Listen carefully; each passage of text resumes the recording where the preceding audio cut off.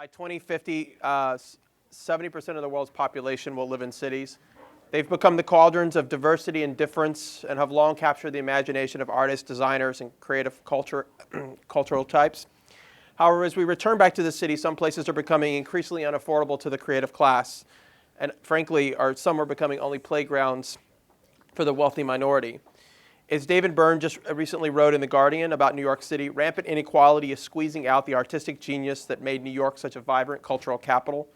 We cannot let it happen. If the 1% stifles New York's creative talent, I'm out of here.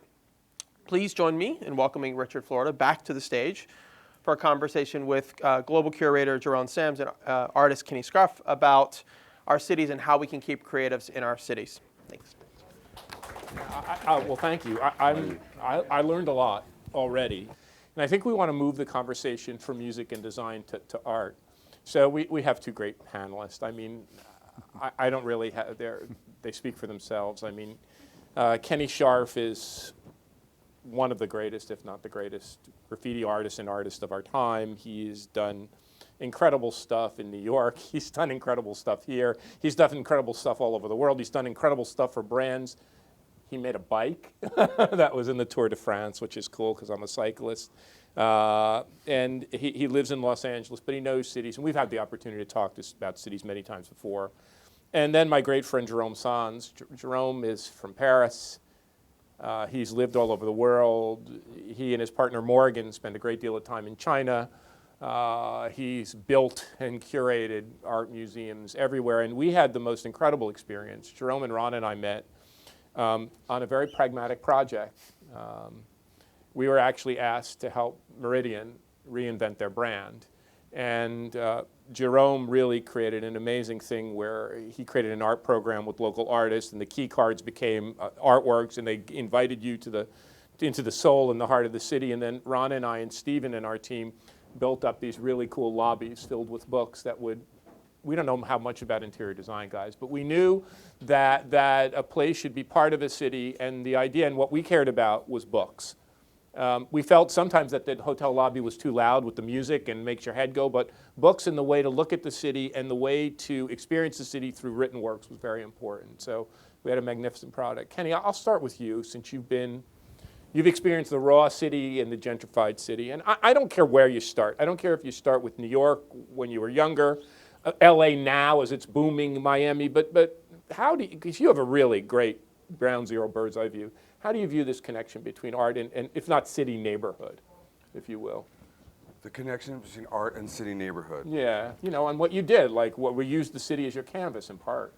Well, you mentioned the different cities, New York, that I lived back moved there in the late 70s when it was down and out, and then kind of watched the change there. I lived here in the 90s. I watched the change go on here. I live in LA, where I'm originally from, and I'm experiencing a lot of changes going on. My neighborhood, when I got there in '99, was no white people would dare be there, and now I'm getting kicked out. So I've seen it over and over again. The artists, keep moving into neighborhoods that they can afford, that no one else wants to be. Because of their presence, they change the neighborhood, make it good enough to develop, good enough to put, some cafes and restaurants, and then the artists get kicked out. So it's just like the revolving story. Where do you go next? Yeah, and Jane Jacobs, who I mentioned before, had this incredible, she had so many great one-liners, but the one I always like the best is that new ideas require old buildings. When you think about that new ideas require, whether it's cultural ideas, and we see this in New York with the high-tech companies coming right to the same areas of Chelsea and Soho and Tribeca. We see that, it's not the Silicon Valley anymore. The $2 billion venture capital neighborhoods in the world are in urban San Francisco. You see it in Wynwood, right here. You see the tech companies coming with art galleries. So, but the one thing about cities, I just want you to, they're big. Somebody was saying this. In New York, if it doesn't happen in Manhattan, they go to Brooklyn, and they go to Queens, or maybe hopefully New Jersey, where I grew up. Miami, the same thing, from South Beach, LA. How do you see that kind of not only migration between cities, but over your time, especially your work, your practice, moving within cities? How do I see what about it? Do you see like the neighborhoods changing? Has your practice moved to different neighborhoods, or do you just essentially switch a city? Well, I think I'm staying in LA. I'm not switching cities. So at the moment, I'm looking for another place to work, and it's not easy. I don't know where else to go, honestly. So it's a predicament that I'm in at the moment. Before we get to Jerome. I live in Culver City. No, it's okay. I think a real constant of this, from Nellie's points about Toronto to your guys' points about design, is that creativity requires these spaces. And these spaces keep getting priced out as very smart real estate developers see them as the places. I mean, you think about Chelsea, you know, first it was a gay community, and then it was an art gallery community, and then there was a High Line, and people said, holy shit, I can make a boatload of money by building high-end condominiums that sell for $4,000 and $5,000 a foot. But I think this idea, and you mentioned the grants too for the artists and musicians, this idea that if we want vibrant cities, we have to invest in it. It just doesn't happen. Jerome, you know this stuff. I mean, you've worked all over the world. We've talked about it. And like I said to Kenny, I don't really care which city you start with, whether it's Paris or Beijing or Miami, but yeah, or cities we worked on with the Meridian, where, you know, how do you see that intersection between, and maybe not just the art community and the city, or artists in the city. You've also worked on this nexus of museums, of large-scale cultural investments, like you and Morgan, cultural institutions, building them. How do you see this kind of mix playing out? Well, let's maybe continue what he said and what you keep saying yourself. It's creativity is what makes a city. And the city exists always the same story. It's a permanent historical fact that you just mentioned. First, there is a neighborhood, artists go, they are nomadic. We are gypsies. We are creative people, musicians, architects, designers, artists. All creative people are inventing always neighborhood, cities. Then it's taken by real estate. Then they move to another place. It has been like this since centuries. It's not a new fact, it's permanency. It is how all the art history, if you look at the art history, it was a permanent migration of population and creative people from one city, one country to another one. So it's an historical fact, it's a permanent fact.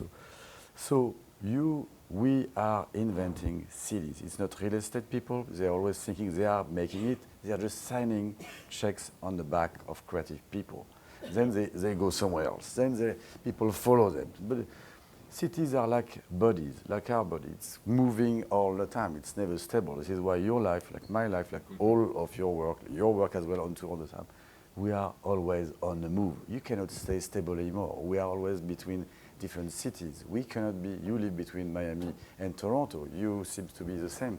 You traveling all the time. We are commuters. It's impossible to live anywhere anymore, like in the ancient time, like your parents, my parents.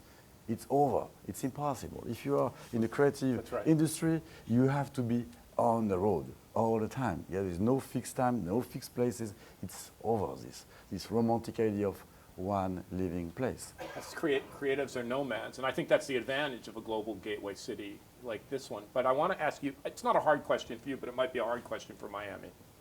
You've worked at some of the greatest museums in the world. You worked here. We experienced your fantastic exhibit last year at the Baths of Peter Marino. Miami has struggled with this thing, big time, Jerome. We have a lot of wealthy collectors, many of whom are my great friends, who decide we want a museum for our own. and we can make it available, and we have a proliferation. We have several museums that are trying to become museums, become bigger museums. What can Miami do, in your view, humble view, to fix this issue? Or can it not be? Is it too crazy here that it can't be fixed? The problem is most of the museums I see nowadays are still functioning like in the old time. Yeah. It's like in the music industry, you would think you would have a record label making everything for you. Today, it's over. Time has changed. Completely different way of working. Artists are no more just counting on the gallery system, even though it's still very important. We are living in a completely different time. So museums that I see here and there, not just in Miami, but mostly globally wise, are still functioning what was invented in 1950s. They are still working like isolated in their island.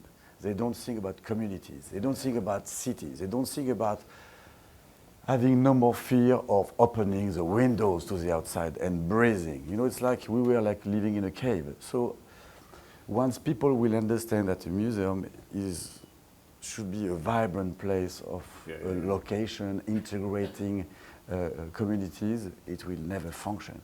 If it's just a destination for outsiders, it doesn't make sense. I have found that sometimes I see in museums, they don't want the general public involved. Yeah. Because those aren't the people. It's some. Yes. I've witnessed it, and it seems sometimes that certain museums, I'm not going to name names, but they want. But you can say anyhow, we are just between us. Oh. And nobody's videotaping. Okay, well, That's not a video camera. No, exactly. I'll explain how I saw something. So MoCA in LA had Voilà. a street art show. Yeah. It was the biggest, Yes. highly attended show in their history. Jeffrey Deitch came in as director. Before he got there, MoCA was a ghost town. There was no one in there. He puts on this show. There was lines around the block every day for months. It was bringing so many people in that I would never think of going to a museum. Well, they kicked him out. The museum is back to where it was. It's a ghost town again. And it's almost come to the conclusion, they don't want the people from the community coming to the museum. You're right. They want their gala dinners. That's really what they care about. And that's because we were talking about how creativity comes from the streets, and everyone can resonate, not just the person with money who knows. You know, I mean, it's like wine and art. Like, talk about a working class kid from freaking Newark, New Jersey. Try to figure those two things out. It's a lot harder than figuring out urban planning, like what wine to order, what art is supposed to be good. Holy shit! Why does that have to be a barrier? People like what they like. I saw it at the McQueen show when we went. Like, holy shit! I'd never seen the Met like that. But I think there's a really interesting thing that you guys are triggering in my head that my students talk about. So my students study technology, high technology. They want to be entrepreneurs. They want an incubator. They want a place to go. Why can't the freaking museum, sorry, excuse my French, be also a place that provides space for you? You said you're looking for space. Why couldn't a museum not just be where we put dead people's shit, art? I mean, that's all cool. Why couldn't it be, you said this community thing, why couldn't it be like in tech we have an incubator? Why, and that's core to what John and we're trying to build here. That's what this is trying to be. But why couldn't a museum? I mean, it just struck me. Could it? Absolutely, it's possible. It's what we did in Paris in a small place called Paris de Tokyo. It's what I did in Beijing, leaving people to work, accepting musicians to record things inside, accepting architects to make their own firm within the place, accepting artists to stay with us, because we wonder, what does it mean to be a cultural place where there is zero artist after the opening living inside? What does it mean? How can you pretend it's cultural where there is no cultural actors, but just technocrats? So we were against that, and we invited all creative people to enter the place, creative industries, young people, people who have money, no money, whatever. Place where you could exchange dialogue, sometimes dispute, which is very good too, but a place where you can share, invent, be inspired by other people, get some energy from others.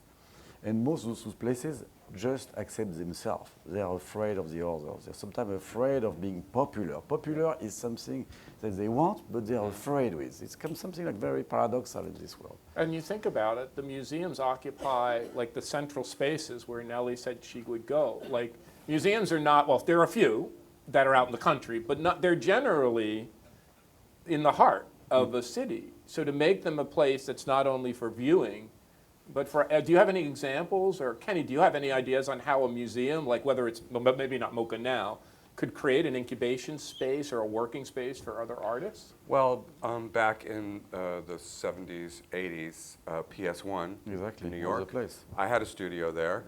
That was fantastic. You had exhibition, you had artist studios. It was kind of like a little community. Now it's part of MoMA, and there are no more studios there. And what has it, what has it become, just? Exhibition space. Okay. Now, I was thinking the other thing, since we're in a university, like it also extends to us too, right? And this space is a good example of an incubator, but in fact, universities occupy a lot of central space. that could be used. And sometimes, you know, we think but to be used to fuse kind of practical people, artistic people. I think there's an interesting model that you guys are onto here. Jerome, any other examples of this kind of activity, or whether you've seen it in China, whether you've seen it in Paris, whether you've seen it elsewhere? It was somehow how the Pompidou Center in Paris was invented as a multidisciplinary place where there would have no more boundaries between disciplines, no boundaries between the outside and the inside. That's why the ground floor is open to everybody. There is no fee to pay, so there is no limit. So it was a place to share, democratic, whoever you were. It's where I have to say I learned everything. It was kind of our model for my generation, because you could have access to everything without being anyone. So it was absolutely unique. And there were places in London. Riverside Studios was another place where I get to meet Jean Genet. I could meet, you know, at the time I was 23, I could meet immediately Richard Long, Gilbert and George, with no problem. At the cafeteria, they were all there discussing, inventing a new project together. So it was much more the kind of open places where artists were inventing project. But it was another time where economy was very different. It's completely different today, so it's difficult to compare yesterday with today. See, Nellie said that she likes growing cities, and I resonated with that. It's why I really like Miami. It's why we love Detroit, because it's growing again. It's why we like Toronto. And I mean, I like New York, but it's not the same. It's really not the same to me. I like it. We go. But I wonder what your guys, because you both know Miami really well. Like all cards on the table, strength and weakness. It's growing, it's global, it has a lot of vibrancy, it has a lot of great spaces, it has a lot of great neighborhoods, but also has its issues. So whoever wants to go first, like what do you, how do you see it, and how would you try to push it in the direction of being better than it is? I think the biggest problem for Miami is transportation. Yeah. There's just getting worse and worse. There's no plans how to get around. Can't get from there to there. Why don't they have a train or something going up and down the beach? Why? So Nellie said the most important thing to her early career was the subway in Toronto. And now any metropolitan area, by the way, that gets to 5.5 or 6 million people, whether that's Toronto, Miami, if you don't build transit infrastructure, you're dead. You will just die. You will become so congested that nobody can, I mean, you see it here. People are throwing up their hands now. Yeah. They're like, last night, screw it, I can't take it, I'm not coming back. Forget it. Why should I try to go over there on the other side I of mean, the I mean, bay? the same thing in Toronto. It's the same thing in San Francisco. It's the same thing in Washington. Everyone, and the great metros that we know, New York and London, they built transit systems that move people around. Now, you might not think they're the most beautiful things, but they made those investments. Anything else other than transit, though? Is it space? Is it art community? Is there something else other than, but transit is super number one. Anything else? For me, that you know, when I lived here and I was watching, why is there no investment in that? You know, it was still small enough where it didn't seem that impossible. I mean, I do think that's like the major thing, because if the artists want to go to outer areas because they can't afford to be in the center, well, why are you in the city anyway? If you're going to be outside the city, then you can be anywhere. And the place that shows that in the music business is Nashville. I mean, Nashville, under the leadership of Carl Dean, a great friend of mine who became mayor, who loved music, he just said, I'm not going to push the musicians to the periphery anymore. And, you know, Vanderbilt's great and all that shit's cool, but I'm actually going to build an economy around musicians. And I'm going to invest in musicians. I'm going to build, I'm going to have a director for music and economic development who actually makes investments in whatever, venues, studios. So they kind of push them into the economic mix. What do you, Jerome, you know Miami really well. Yes, I know. I just come from Nashville, and I have to say this is a very good example. Since once you arrive at the airport celebrates the uniqueness of the city by the airport. All the art history of country music and other music is by the airport. If you arrive in Miami airport, what do you get? Because an airport is the entry of a city. It's the first thing you have. For me, the first thing is the airport. You nailed it. You nailed it. More than the transition point, because we have car, we can make whatever. We can move, we can walk. This morning I was walking all over because I had no cab. But for me, the most important thing is the airport. The airport is your identity, the cultural identity of a place. And here, billions. The biggest single investment a city will make is the airport. And we did. I'm a nerd, so We did the research, and I didn't want to believe it. I wanted to believe that it was human capital, talent, technology. We looked at the effect of an airport on a city's development. It was as important as any other factor. And you have this huge asset, but what if you could get a group of creative people, like Nashville did it, Austin did it, but to imagine an airport as a part of museum, a part of an incubator, not a freaking mall. Everyone wants to make a, you go to the airport and it's the same, nothing wrong with the brands, they're all lovely, but it's the same 16 shores where rich people are supposed to go and buy duty free. To reimagine that, I think you're right. That grabs your soul. And then the experience from the airport to the city, then this should be the entrance of a real city. And most mayors forget that. They don't treat that. And this is the identity of a place, more than anything you can put in the city. The entrance makes everything, because it's the first experience you have. If it's traumatic, like when you enter into Paris, I take my own small city, I'm sorry about that, but it's a garbage can from the airport to the city. It's horrible. It's a nightmare. So it's a shame for supposedly beautiful city, romantic city, it's only garbage from the airport to the city. And what we do when we look at Yabel Pushberg's work, and we look at the W, and we look at the addition, we looked at the hotel lobbies, we worked on the hotel lobbies, we thought about the intersection of art and music and the right kind, because there is a kind of music that's too loud, and there's a kind, and we thought about coffee. I mean, we thought about all this stuff. Nobody thinks about that at an airport. Like an airport as a lobby, as a hotel lobby, I don't know what the words are, as a design feature. They should be invited to work on this as well. No, and the whole musical.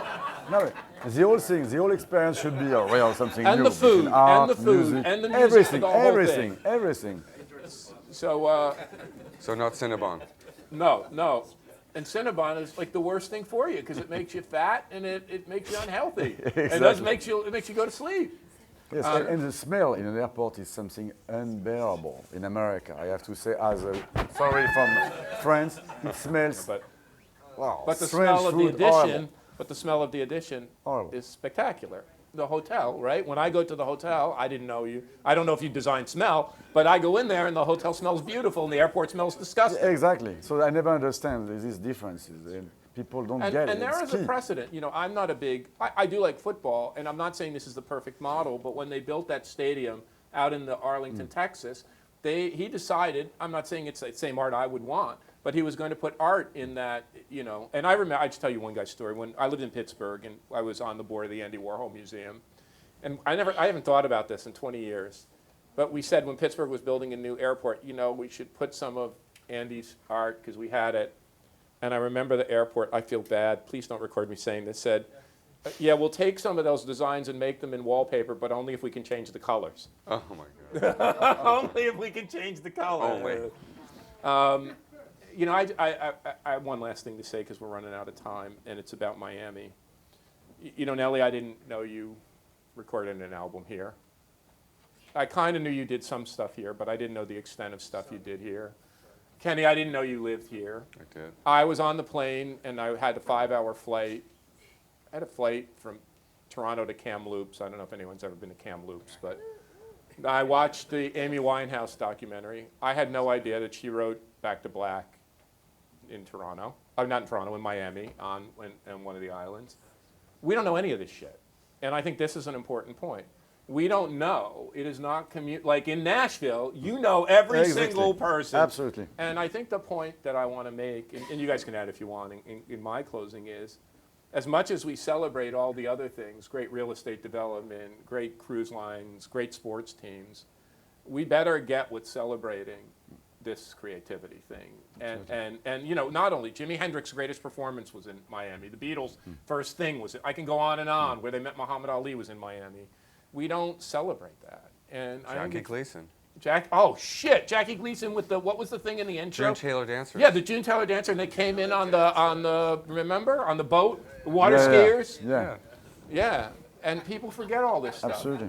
And this idea of building, you guys said it about the narrative for your designs, but building a narrative of a place, that doesn't just happen by magic.